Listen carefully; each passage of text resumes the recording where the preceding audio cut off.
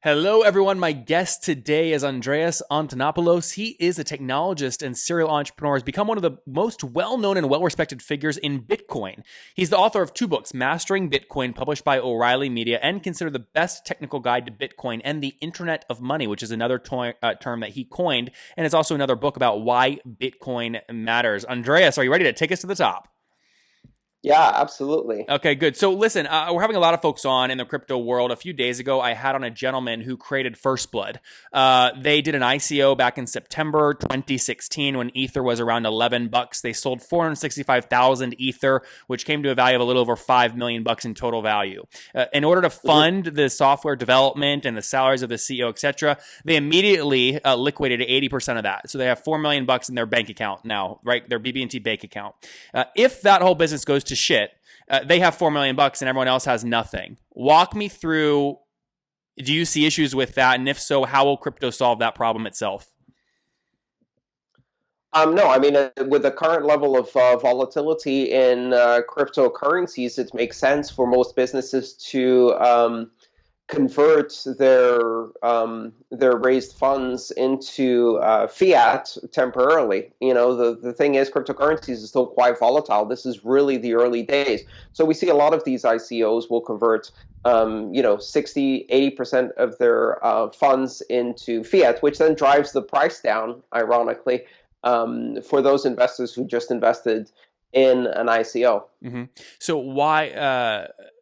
So one of the things that I hear is that people who believe in crypto are against that kind of liquidation process. They say, well, why would you do that if you believe in crypto? If you stay in crypto, the value should increase over time. So you're cheating the system, basically. How would you respond to that? I would respond with rational actors implementing market economics and their own incentives is how the system works. And, there's no cheating the system, or you should, or, if you want to do that with your money, go ahead. Be prepared for losses. Mm-hmm. If I was running a business like that, I would certainly diversify my holdings beyond a single cryptocurrency, just as I do as my personal investments in this space.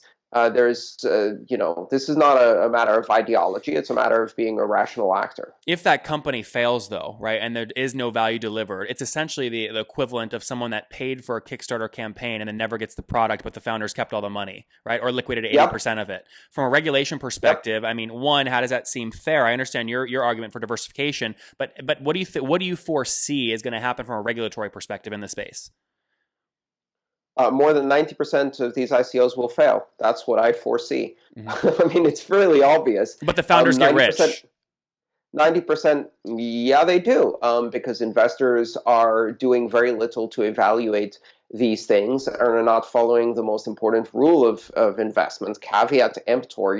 Be a smart investor. You have to beware as the buyer of these things that startups at best fail 90% of the time. And in this particular case, we're seeing a lot of immature projects coming to ICOs in this ICO craze, and people are infected by greed and fear of missing out, and they're making poor decisions. So they're going to basically give a lot of their hard-earned and perhaps not so hard-earned, and that might be part of the greed, is because they made a lot of money on the way up with very little effort, and therefore it's easy money. And so they're investing it unwisely. That's what's going to happen. This cycle is going to burn through a lot of money, and in the process, we're going to learn a lot about initial coin offerings and the maturity of cryptocurrencies and how to build this new crowdfunding industry. So are you offering us essentially a quick rich scheme, which sounds something like this? Hey guys, listen, take advantage of the dumb people putting money in crypto, do your own token issuance, and then take 80% and liquidate it, pocket $10 million and go run. It's their fault. They're stupid investors.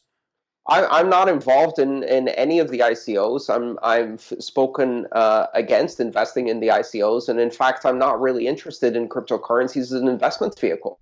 Mm-hmm. To me, this is a get-free quick scheme, a system that delivers liberty for people around the world by introducing a global currency and a system of trust that doesn't have intermediaries or third parties, that allows people to transact direct person to person and allows people to innovate in a distributed manner.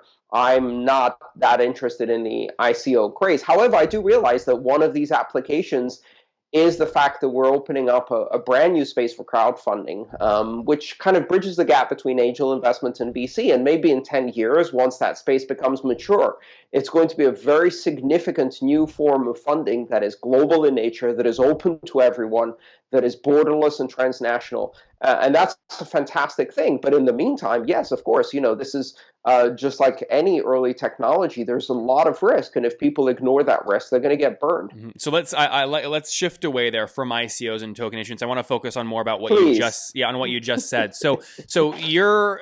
Look, one of the things I've struggled with is how to clearly communicate what crypto is to an audience that knows nothing about it. Arguably, you are, or should be, based off your publishing history, the master at this. So explain to an elementary school student right now, what is cryptocurrency? Cryptocurrency is the application of networks and market economics to the flow of money internationally, just like the internet was the application of a flat network system to the communication around the world and the free flow of information around the world.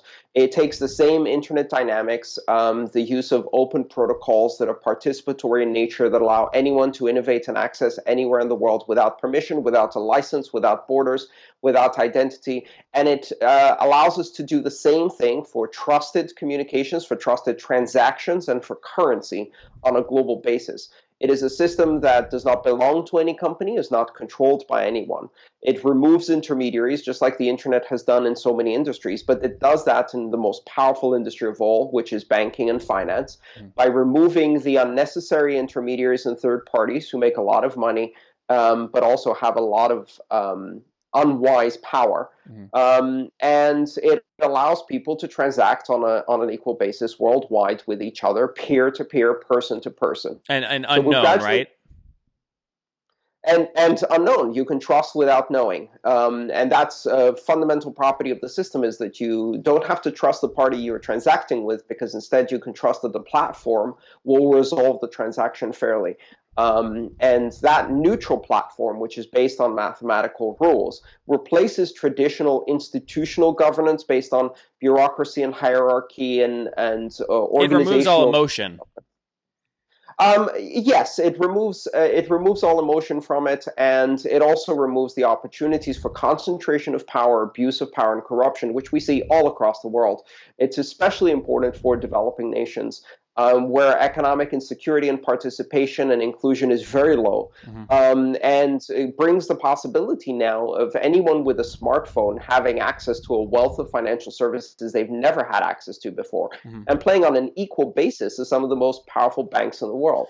So that's really what it is. It's as someone said, it's a get-free-quick scheme, kind of disguised as a get-rich-quick scheme. And it's not a get-rich-quick scheme. It can burn you badly because of volatility. Andreas, are you married? Do you have kids? No, I'm single. No, okay, no, okay. Is your mom or dad are your mom or dad still alive?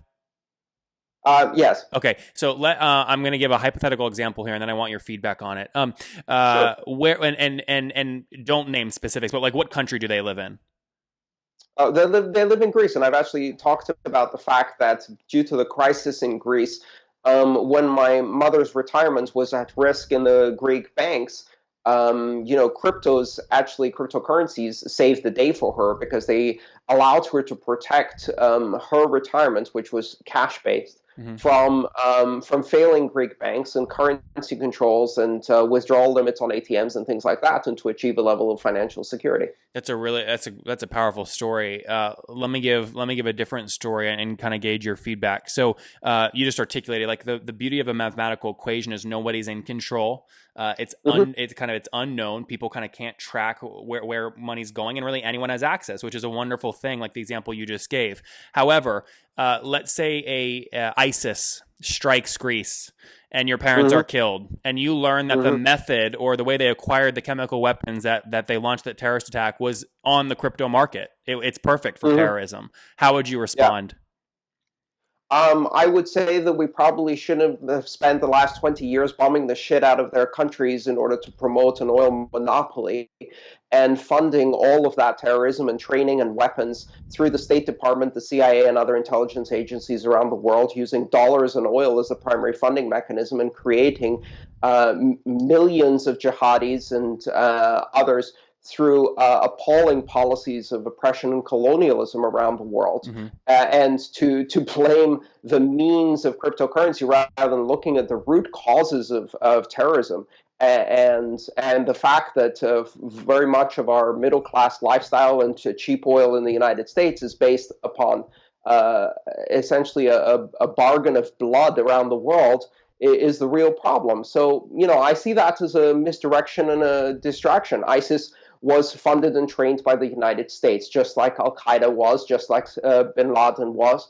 All of these people are our allies first until they turn around and become our enemies, and we cycle them over the last 20 years in one unending tragic catastrophe. Yeah, Andreas, of war. sorry, I'm not gonna agree or disagree with what you just said. Some things I agree with, some things I disagree with. But what I can say is that's all in the past, right? So it's no, it's not in the past. It's recurring Andreas, right now. My point is, we can't change what has already happened, right? The biases that people grew up with, or learning to hate one person or love another person, we can't change that. It's already happened. My simple question to you is, if Kim Jong-un could figure out a way to essentially get, print free money and have it not be traced so that he could acquire nuclear weapons and do serious damage, regardless if the reason he wants to do the damage, right, because of past people, countries acting unethically or ethically, regardless of that, he could still do serious damage, right, with crypto. Is there any way? I mean, this is the reason I'm asking this is because this is ultimately what regulatory people are going to try and figure out, right? Is there a way to regulate this? No, there isn't. We now live in a world in which the flow of money around the world will be dictated by protocols and mathematical structures on the internet, and we will have free flow of money around the world. Now, the impact of that is that it's going to empower billions of people and pull them out of poverty and give them access and inclusion in the economy. The illusion that we can control bad behavior or bad people by controlling flows of money is not only an illusion, a delusion, because we can't, but in fact is very damaging because you don't hold on, let me just capitalize on that subject real quick. You don't think that we are able to change incentive structures for certain countries, whether it's a tariff or embargoes or things, and actually inflict them making changes in their behavior? You don't think you think that's a delusion? No, absolutely not. In fact, economic liberalization has been the primary way of reducing conflict and violence around the world, not economic restrictions. In fact, most wars start as economic embargoes and push populations into extremism. But that's politics. The issue here is that the ability to control flows of money gives governments too much power, which leads them to corruption. And oppression of their people, and economically excludes billions of people from the worldwide economy to create an illusion of security for middle class, so they don't have to confront the real problems and the real choices we have to make. So no, you can't control money. We can't now. It's ineffective now, and it will continue to be ineffective. The truth is that the vast majority of terrorism is funded by state agencies, intelligence agencies, and large corporate banking consortia. I can't speak to that because I know nothing about it. All I can say is if you're telling me that just taking power from governments who have disenfranchised billions around the world to take place in a global economy is the solution, I would be completely against 100% crypto being and permeating 100% of the US, because I do not want Kim Jong-un with nuclear weapons that he acquired using cryptocurrency bombing and killing people, which we know he will do, right? I understand where you're coming from a philosophical perspective. He already has that. I'm more interested in ensuring that billions of people who are trapped in poverty have the means to provide for shelter, education, food, clean water for their children. That is what brings us peace in the world, not the illusion that we can control other people's money, because we can't. Yeah, but there are always evil people, Andreas. You have this utopia in your brain that everyone's good. No, not at all. No, I don't have the utopia in my brain. I believe the vast majority of people are good. There are evil people, but we now live in a world in which open communication and the transfer of information, including money, is now a matter of reality. It is a fact. So what happens? Let's fast forward 10 years in your world, right? Sure. It's deregulated. Governments are disempowered. Everyone's crypto. Billions are moved out of poverty. Your mom was able to keep her savings from the recession. But also we have people that are very greedy, very evil people killing and bombing people because they have more resources. You're okay with both those things happening at the same time? Yes, because we already have greedy people killing people and bombing people because they have more resources. That hasn't changed. It never changed. What we can do, however, is change the lot of billions of people who currently don't have economic inclusion. We will not eradicate evil in the world by trying to control the flow of money, but we can eradicate evil by giving people opportunity and hope and prosperity across the world. And so, from that You perspective, I'm can't, very, though. There will still be evil people. of course, they will be evil people. They won't find many followers if their followers are happy and prosperous. Well, if they can pay them because they have a bunch of income coming in via cryptocurrency, it's very easy. That's what, that's Kim Jong Un has an inner circle, and he has total power. Cryptocurrency doesn't magically create money. You Well, have to look, when people are produce doing a value. token issuance or an ICO, they are. I mean, they're producing money, and then people are investing in it because it's hype right now, and then they're liquidating a bunch of it, and you have no idea what's actually going on. There's no stream, there's no nothing. Yeah, that's not creating money from nothing. That is the productive application of capital and investments by investors who believe that there's going to be a return, and maybe there won't be in some cases. But this money wasn't created from nothing, and Yeah. these economies not Let, built from nothing. They're let built me from let me productive shift let me endeavors. shift that. I think that was a healthy discussion. Let me shift now to something else. So why did ether take off so quick over bitcoin? Was it simply the utilitarian nature of smart contracts versus digital currency? Well, I think there's, we're seeing all of these hype cycles. So a lot of this is speculation about what the next big thing is. I think many people missed out on perhaps the initial run up for Bitcoin, and they're looking at something else in order to gain great returns. And so they speculating across the field. It's not just Ether. There's almost 1,000 cryptocurrencies that have some economic value, more that have no economic value. And the top five in total reached, I think, 100 and something billion in total market capitalization. It's a big market and it's growing. It's a brand new technology. It has a lot of potential across the board. I think comparisons between the various cryptocurrencies and their market capitalization are not particularly useful because these things ebb and flow based on speculation. Is it based off speculation or based off utility? It's mostly based off speculation at the moment. The applications, the practical applications for these currencies are still fairly limited. So for the case of Bitcoin, the primary application is cross-border transactions, remittances, import-export, trade, currency, and capital flight for those who are in countries where you have devaluation or hyperinflation. For Ethereum, it's crowdfunding, it's ICOs, as well as various forms of governance systems like decentralized organizations, creating a new form of governance, a new form of corporation. These are very interesting applications, but they're still in their infancy. Mm-hmm. And as a portion of the world economy, they're still tiny. So a lot of it is basically looking at those applications and saying, okay, what does this look like in the future? Do I want to be involved in that? My primary investment in this is education and knowledge, which fortunately can't go down in value the more knowledge you accumulate, rather than investing in the underlying currency speculatively. I think that's dangerous. It behaves very much like a penny stock at the moment, and most people are not equipped to handle volatile investments like that. Should probably limit it to a very small part of their portfolio. Andreas, for people listening right now that want some exposure to crypto that are total newbies, how would you recommend they just, if they want to say, okay, I have $1,000 laying around, I want to put money into crypto just to learn how it works, how would you recommend they do it?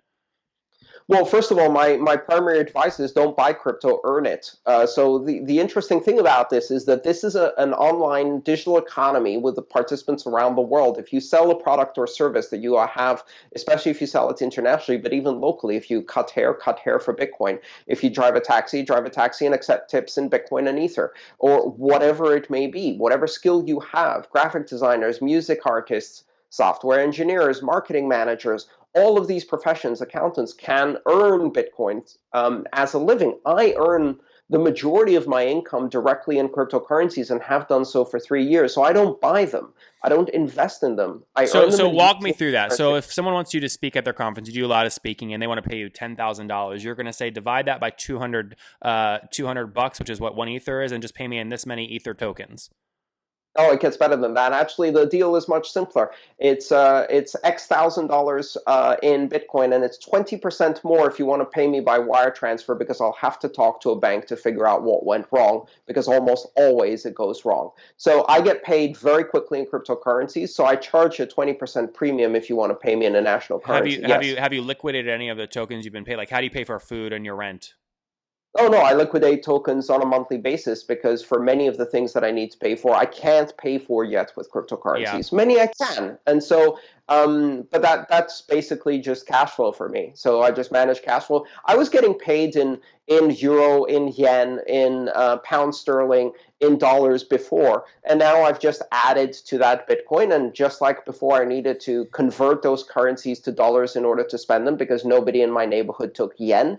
I do the same with Bitcoin. It's not really that different. Well, so for someone listening right now, to be fair, that's a salon owner. If they say, if I told my client that we don't take cash and they have to pay me in Bitcoin once I'm done with the haircut, they're going to look at me like I'm a fucking psycho. So, Yeah, like, nobody says you say I don't take cash. What you do is you offer the opportunity to have a variety of currencies available. And you tried this as an experiment. Most likely nobody's going to pay you for a year until your customers notice. There's a bunch of cafes that work with cryptocurrencies. There's a bunch of professionals who earn cryptocurrencies. It's not and you easy. think the Now, right thing is to discount. So if the haircut's $40 in USD, charge like, 35 if it's crypto.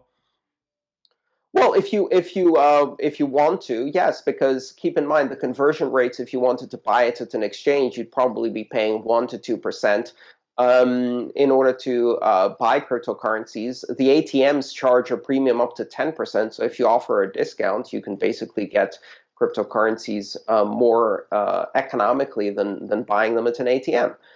So yeah, absolutely. Now that's the second easiest way to do it. Many cities have ATMs, as they're called, or BTMs, usually Bitcoin teller machines, and you can go there, just stuff a few dollar bills in cash, and have Bitcoin zapped to your smartphone.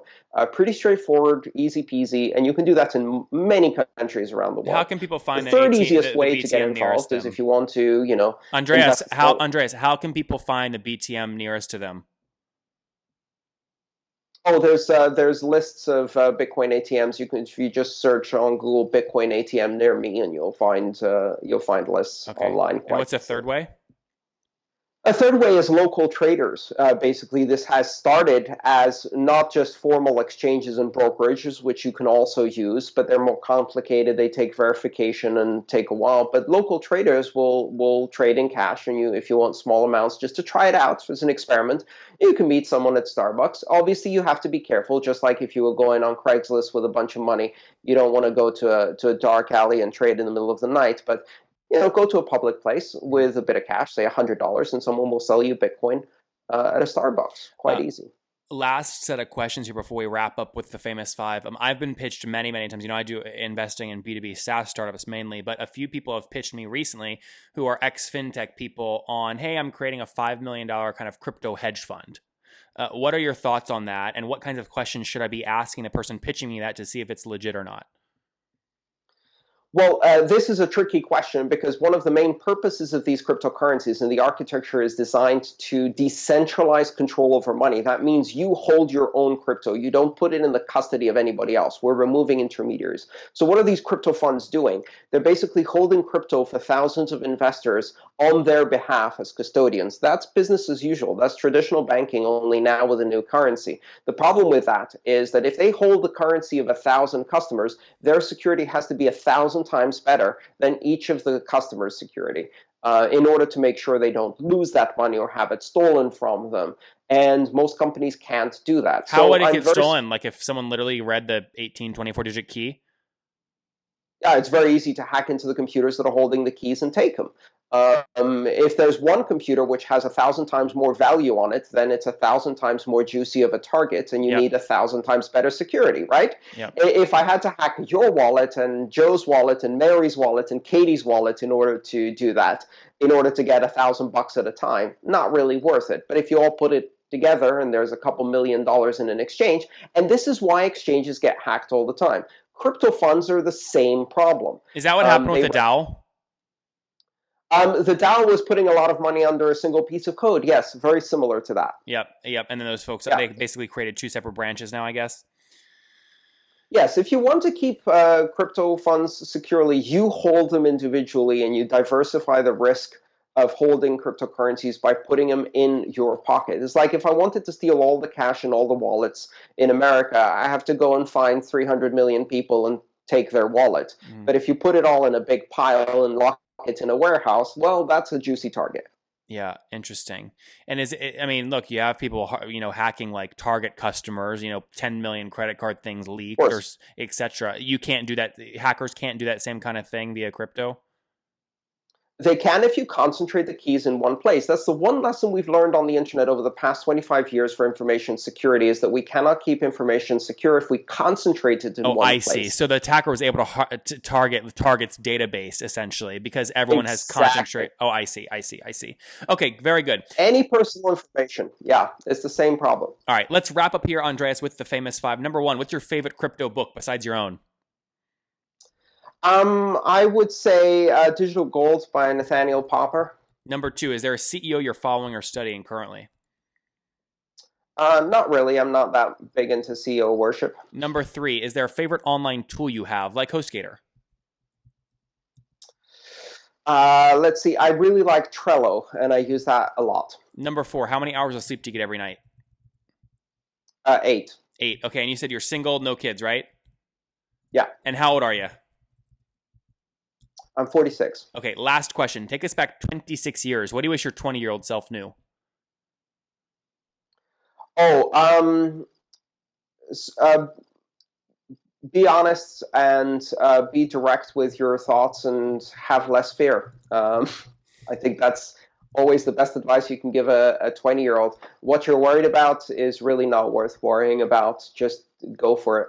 There you guys have it from Andreas. Go for it. He is well known as really one of the leading, if not the leading, thought leader in Bitcoin and crypto space. 2 books published so far, loads of speaking engagement. Again, his thesis, which is an interesting one and a good one, is look, decentralization. It's going to have its ups, it's going to have its downs, but for people like his mother trapped in Greece, it just proves as really the only resource for her to maintain her value instead of losing it all in kind of the banking thing that's going on there right now. So, very interesting conversation. Andreas, thank you so much for taking us to the top. Thank you, Nathan. All right, boom. What'd you think, man? You have fun? Yeah, that was good. A bit confrontational there with the terrorism thing, but that's fine. It's important. Look, it's a big question. So I didn't want to harp on I it. know. No, that's good.